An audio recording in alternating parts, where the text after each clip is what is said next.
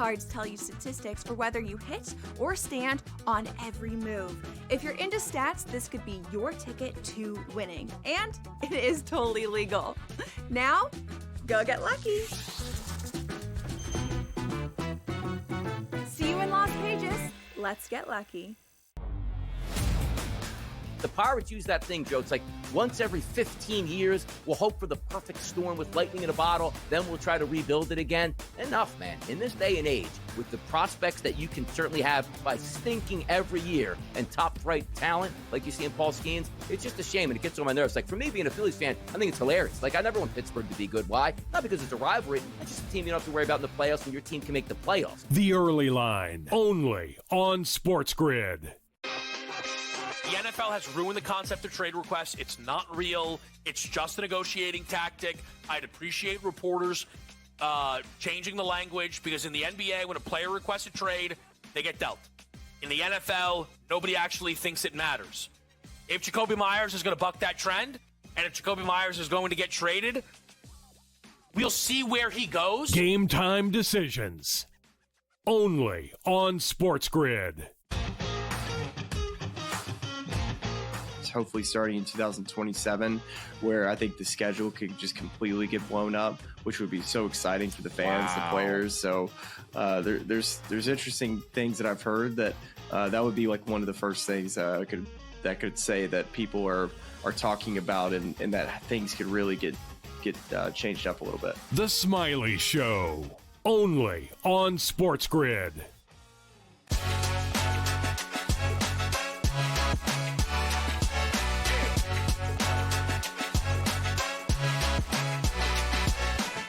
Doris Burke no longer on ESPN's top NBA broadcast team, plus Fox and YouTube TV agree on a short-term deal ahead of a mega college football kickoff. Hi, everyone, and welcome to Front Office Sports Today from FOS Studios here in New York City. I'm Baker Machado. And I'm Renee Washington, and thank you guys so much for joining us each and every weekday as we're chatting the biggest stories happening in the business and culture of sports. We also have A's first baseman Tyler Soderstrom on later to chat about his team moving to Vegas. But first, let's move into the shoot-around. Yeah, and let's start with what could have been, Renee. South Carolina women's basketball coach Dawn Staley says she did indeed have a formal interview with the New York Knicks for their head coaching vacancy earlier in the summer, and said, quote, "If the Knicks would have offered the job, I would have to do it." Now, Staley revealed the news on Candace Parker and Aaliyah Boston's Post Moves podcast, saying the potential impact of hiring the first woman head coach in NBA history was indeed on her mind. She said, quote, "It's not just for me, it's for women." Yeah, and so when I look at this, and you look financially, Dawn Staley's deal that she made this past January to become the highest paid women's basketball coach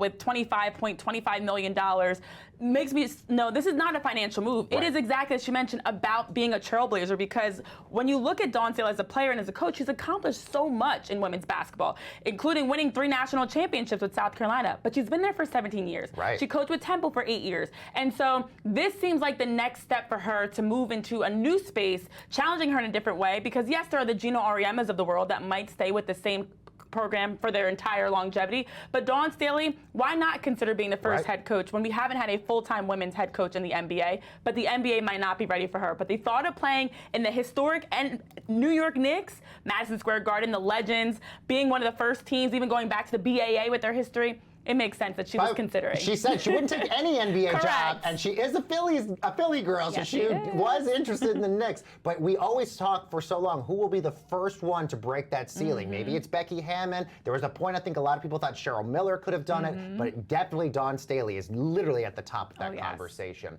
Meanwhile, 2 current minority owners of the Phoenix Suns are suing the team. They're alleging current owner Matt Ishbia has refused to provide them with access to internal records for the organization that they deem critical to the success of the Suns.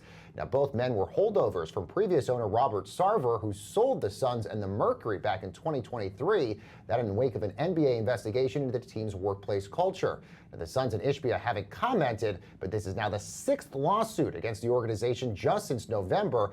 5 of those, Renee, were filed by current or former employees who allege discrimination, firing, wrongful termination, the list goes on. 6 lawsuits in less than a year. So forget the on-court issues they have of being a high payroll losing team last season, but also off the court, another lawsuit for the Phoenix Suns. What is going on with this organization? I mean, you look at what was requested, it was very specific. They were looking for the Suns' spending and expenses, undisclosed side deals that they're rumoring have happening, issues around ownership stakes, but also even around the Phoenix Mercury's $100 million practice facility that they rolled out last season. So all they wanted was clarity on where the money's going and what's happening behind the scenes.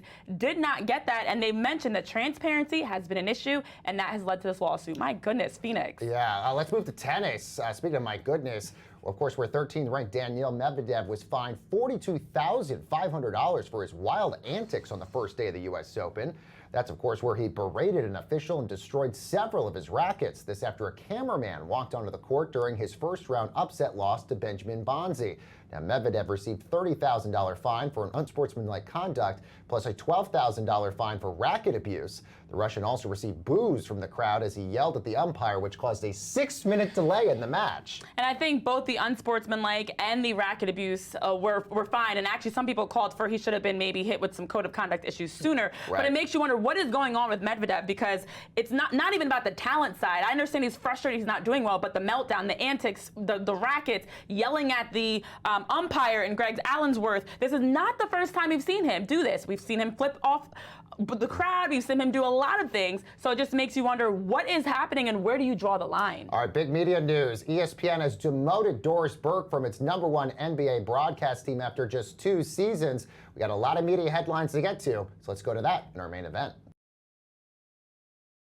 All right, a lot of media news to get to. Let's bring in FOS media and entertainment reporter Ryan Glasspiegel. Glass, what do we know about Doris Burke and ESPN here? So The Athletic first reported, and Front Office Sports has confirmed, that Doris Burke has been demoted off the top NBA team, and Tim Legler is getting promoted to work with Mike Breen and Richard Jefferson. Interesting. Also in media news around Ryan Russillo, who's hosts the Ryan Russillo podcast, it's been announced that through your reporting that he's leaving The Ringer when his deal is up and moving on with a new partnership. What do we know about this partnership and even what led to this move for Ryan? Yeah, so Ryan is leaving The Ringer. I'm not exactly sure when the end date of his contract is. There's still a little bit of time left there. And so Dave Portnoy and Barstool Sports are investing in a new digital production company that Ryan is launching. And it's going to include his show, and they're going to be doing distribution, ad and sponsorship, sales, merch, and other different things in a strategic partnership with him once that deal closes. Do we know why Ryan is leaving the Ringer, or was this basically the plan all along here? Okay, so the whole thing right now is you want to own your IP. Ryan Russillo did not own his feeds at The Ringer, as my understanding goes, and now he's going to be launching new Apple, Spotify, and YouTube feeds that he's going to own the majority of. And as I said, Portnoy and Barstool are investing as minority partners. And so it's really like, in this day and age, you look at like Pat McAfee, who owns his YouTube. Rich Eisen owns his show, and he's licensing it to ESPN. Meadowlark Media owns their IP. And under Dan Le Batard's umbrella. Russillo is inserting himself into this echelon where he is going to be an entrepreneur as opposed to an employee. Wow. Well, also some other news that we heard around Fox and YouTube TV, as they had until Wednesday, 5 p.m. Eastern time to come to an agreement. They have settled the dispute. College football fans, don't worry, you'll be able to watch all the football games this weekend, including, of course, Ohio State versus Texas.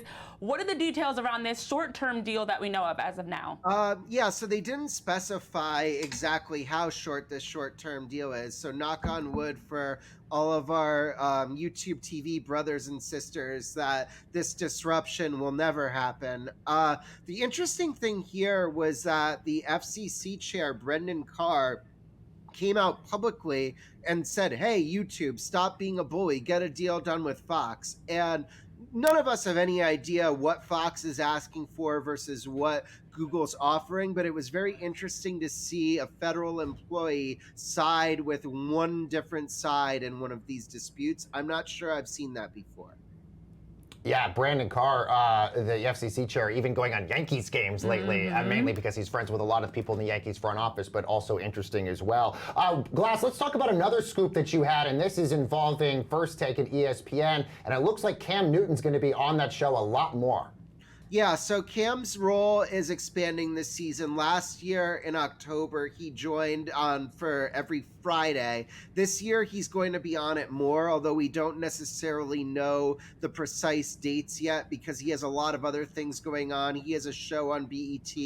He has his own podcast. But this opened up because Shannon Sharpe got let go from ESPN after settling a sexual assault suit brought by his ex-girlfriend. So we're going to see no Shannon Sharpe and more Cam Newton on First Take this fall. Yeah, of course, this comes before we heard the news that Taylor Lewan and Will Compton, who host Bussin' with the Boys, will also be contributing to ESPN, will be participating on Get Up, making appearances throughout the football season. Just another move for ESPN to bring in former players and personalities into their programming. Yeah, Bussin' with the Boys, former Barstool employees, now, well, they weren't employees, but they were licensing their show there. Now they license their show to FanDuel, and, I mean, all of these moves that we're seeing, Fox and Barstool, ESPN with McAfee and Bussin' with the Boys, they're trying to reach young men in this era of hyper competition among social media and streaming and everywhere else. ESPN is trying to capture some of these audiences that these talents bring with them. All right, you can get more of Ryan Glasspiegel's scoops in the Tuned In newsletter, and you can sign up for that at frontofficesports.com. All right, A's first baseman Tyler Soderstrom joins us next on Front Office Sports Today.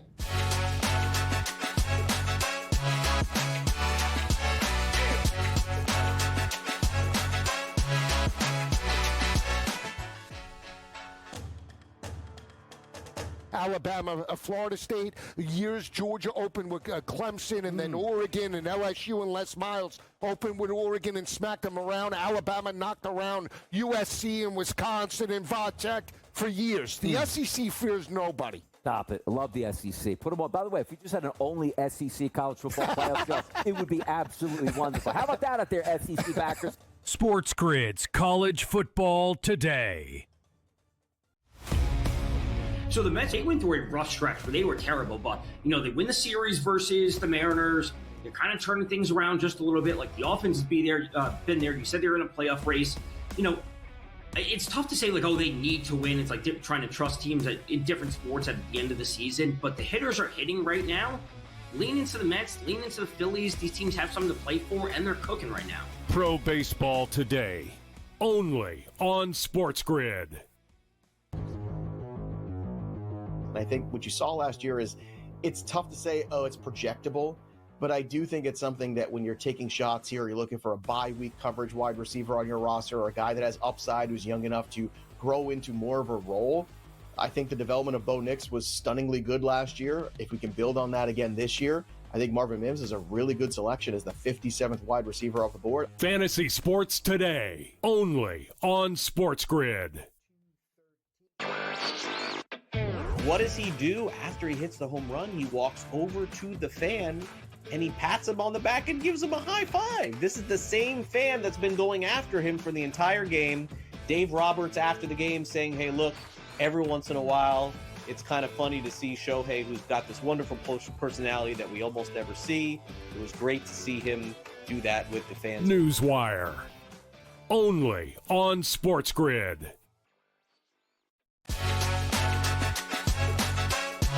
Welcome back, everyone, to Front Office Sports Today with Renee Washington and Baker Machado. Well, it's been quite the 2025 season for A's first baseman Tyler Soderstrom. The former first-round pick has been one of the offensive leaders for the team, and he's also had one of the longest hitting streaks in baseball this season. So let's bring in Tyler Soderstrom. Tyler, good to have you here. Thanks so much for joining us. Yeah, thank you guys. Appreciate it for having me on, and looking forward to it. All right, we'll talk baseball here in just a moment, but before we get to that, let's talk about your partnership you got right now with SodaStream. What an interesting partnership based off your name. Yeah, we were excited to do it. Obviously the similarity just with SodaStream and SodaStream is, just pretty cool. So I was looking forward, kind of had some ideas in the past of doing it, and then finally, kind of started to break out this year, and we were able to get it done. So it's been good so far. Yeah, and you've been very good so far. You've had a breakout season, as Baker was mentioning, with one of the best hitting streaks so far that we've seen. You're part of the young talent the A's are building around. But as the team is struggling in the AL West, playing in a minor league baseball park in Sutter Health Park, in the midst of relocation, what's it like to be a rising power hitter in this A's era?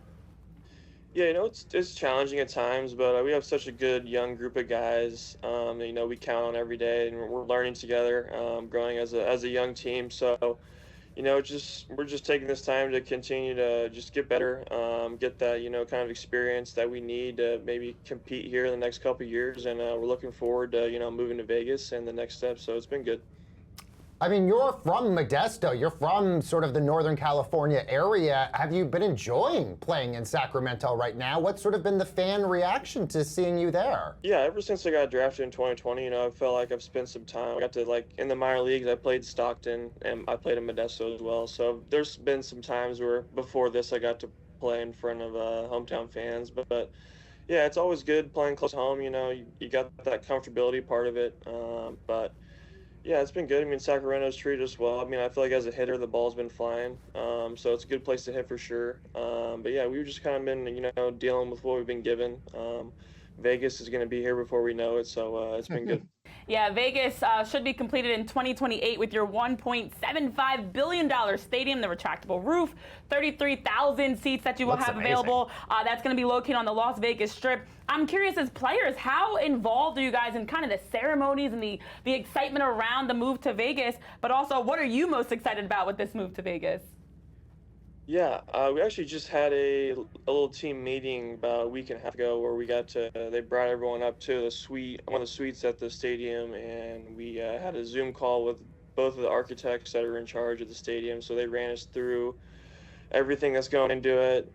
They showed us slideshows of all the cool things they're doing to it. So we're not super involved, but they just kind of did a good job of doing that meeting and showing us all the stuff that's going into it. But yeah, we're super excited. It's going to be one of the best stadiums in all of baseball, so we're looking forward to it.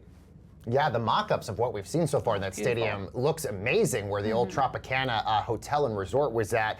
Back to where, obviously, you're from the Bay Area, Northern California. I'm curious, given the fact that there's no teams in Oakland, what's that like? Is that weird? I personally grew up a Giants fan, so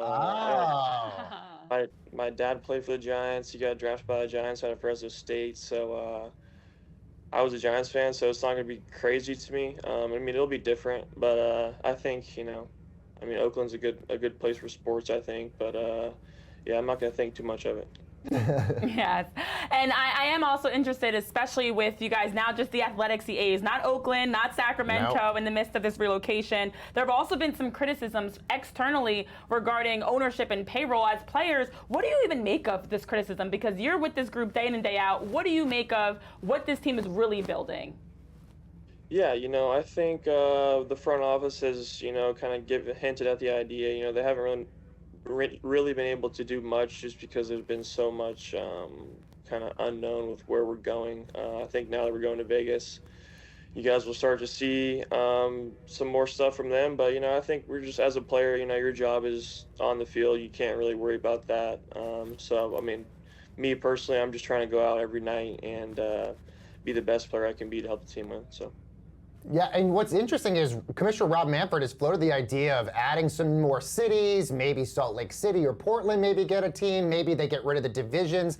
As a player, I know obviously you're focusing on the field, but what do you think about baseball expansion and maybe potentially adding and changing the divisions? Yeah, it's definitely intriguing. I don't think as a player you're that's really your area to kind of worry about, but I think it'd be cool. It'd be good for the game, stuff like that's always good for the game. So I think it could maybe help grow the game of baseball a little bit, but I'm not too concerned about it, to be honest. I think baseball is right where it needs to be. I think 30 teams is perfect. If you want to add a couple more, go ahead, but it's not going to really do much for me. Well, back to you, Tyler, because as we're in the midst of seeing Little League, and I know you yourself at one point played in the Futures All-Star Game, you also have, as you mentioned, you're following in your father's footsteps. You have this great partnership with SodaStream. So much opportunity you have as a player. What do you make of the way baseball, specifically as a sport, rolls out opportunities from Little League and the pipeline and development to give players opportunities on and off the field? Yeah,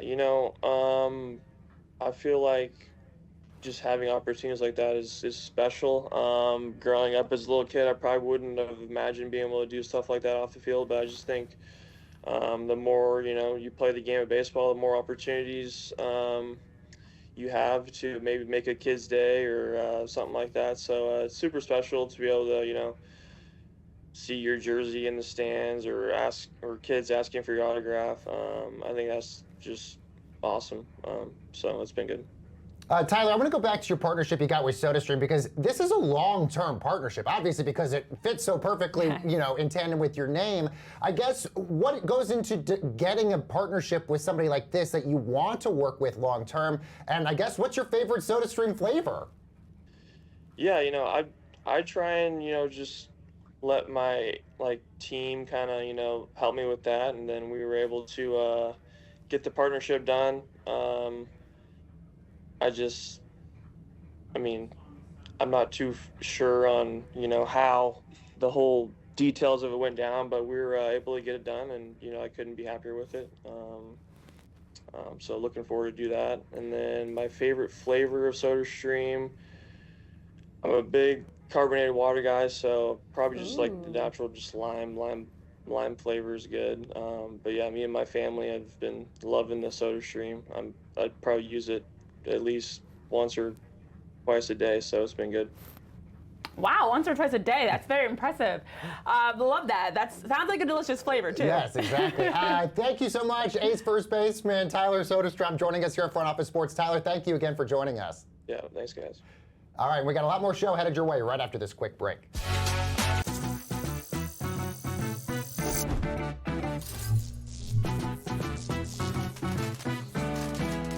Here's a tip. Some machines and online games have higher average payouts than others. Want to try to maximize your odds? Well, do some research online to find games which have the highest RTP or return to player percentage. So now, go get lucky. See you in Las Vegas. Let's get lucky. Devon Acham, catfish shears are really tricky. I'm not saying he's going to be on the PUP list or anything like that, but it is something to monitor. And he is a small running back, and I think chasing last season is just a problem. I can't take him over Derrick Henry at the end of the first round. I think it's crazy. And Ollie Gordon's a player we talked about. Here's the preseason stats for Ollie Gordon, Matt. 26 attempts, 126 rushing yards, 4.8 yards per carry, and a touchdown. Fantasy only on SportsGrid. Shohei Ohtani was minus 20,000, I believe, Tom, when we were talking last week. He's down to a minus 4,000, which I still think is fun. I don't know who say, now's the time to bet the minus 4,000 here and win some money. Schwarber's a 12-1 price, Machado 10-1, Soto 200-1. It's still going to be Ohtani's award here. They're not playing great baseball for the Dodgers, but I do find it funny. What is the difference between minus 20,000 and minus 4,000? Who knows? Who's got that much money to play anyway? Pro Baseball Today, only on SportsGrid. Arch Manning is a 7-1 price to win it. You take a look at Cade Klubnik here for Clemson. He's a 9-1 price. Nussmeier. Then we see Jeremiah Smith. He ain't a quarterback, Joe. He's a wide receiver. Love those wide receivers. Yeah, Ryan Williams is another one from Alabama. Yep. Jeremiah Smith and Ryan Williams will battle it out for best wide receiver, potentially leading their teams to a college football playoff. SportsGrid's College Football Today.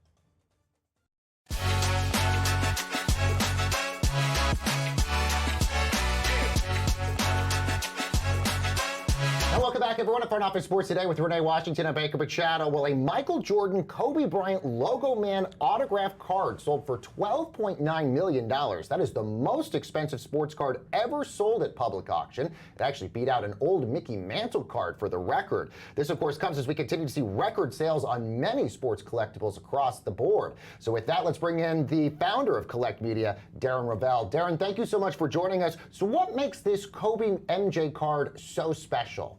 You know, that's hard to say because it's not like anyone was looking for this card. But I would say that when you talk about Logo Man, that's something that Upper Deck had done starting in 2003. And it puts the logos from the jerseys, and they say are their game used jerseys, in the cards. And then it has autographs. And so a lot of people would say, well, why didn't you just get a Kobe Bryant jersey and a Michael Jordan jersey? However, cards is really the easiest form of collecting. People like how small it is. They can carry it around with them, although I doubt you'd carry this around with you. You'd need a Brinks truck.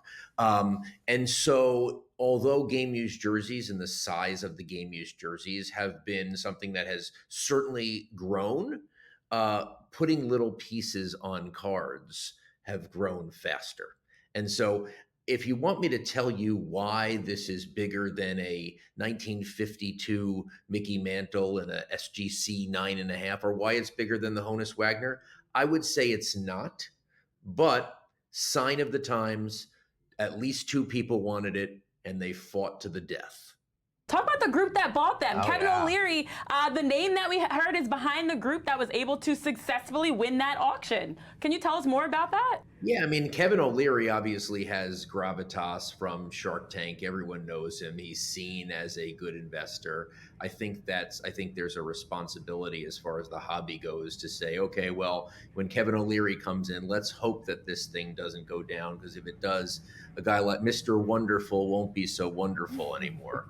But yeah, so it's this company called Secure. It's with a guy named Shine, Matt Allen, and Mr. Wonderful, and a third partner. They've raised a bunch of money, and unlike we've seen in the past, their take is modern sports cards are okay, which a lot of people say they make too much of them. There's too many one-of-ones. Modern sports cards are okay, but their thesis is these Logo Mans and these 18-year-old, 15-year-old one-of-ones that say one-of-one on the card. It's okay for it to be false scarcity, but as long as it is scarce in some fashion, they're not going to be buying anything where there's 50 or 100 of them.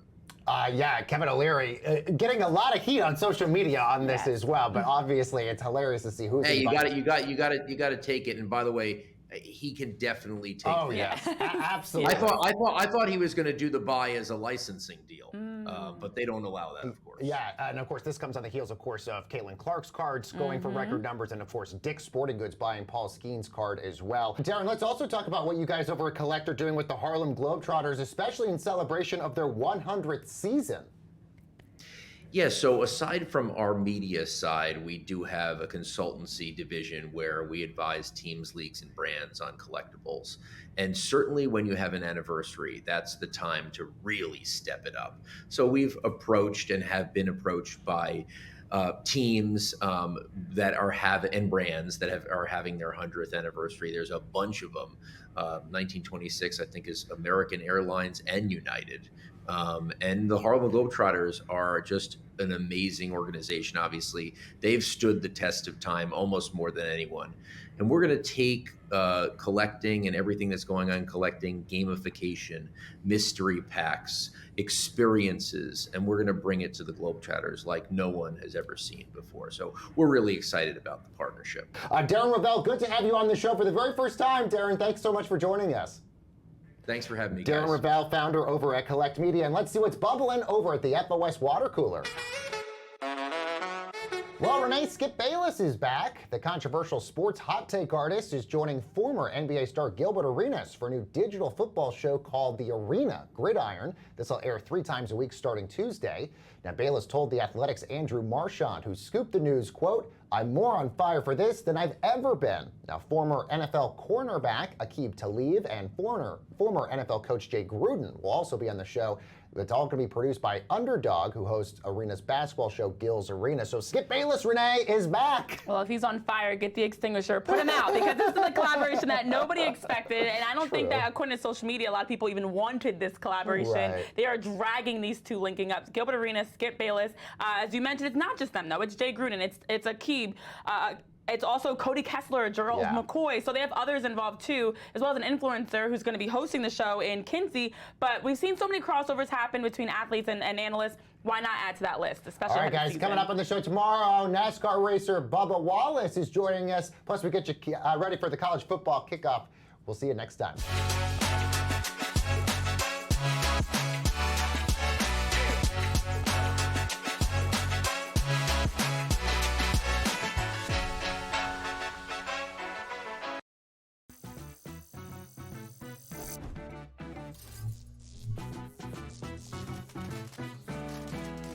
Playing online blackjack and want to try upping your odds? Well, here's a tip. Cheat cards tell you statistics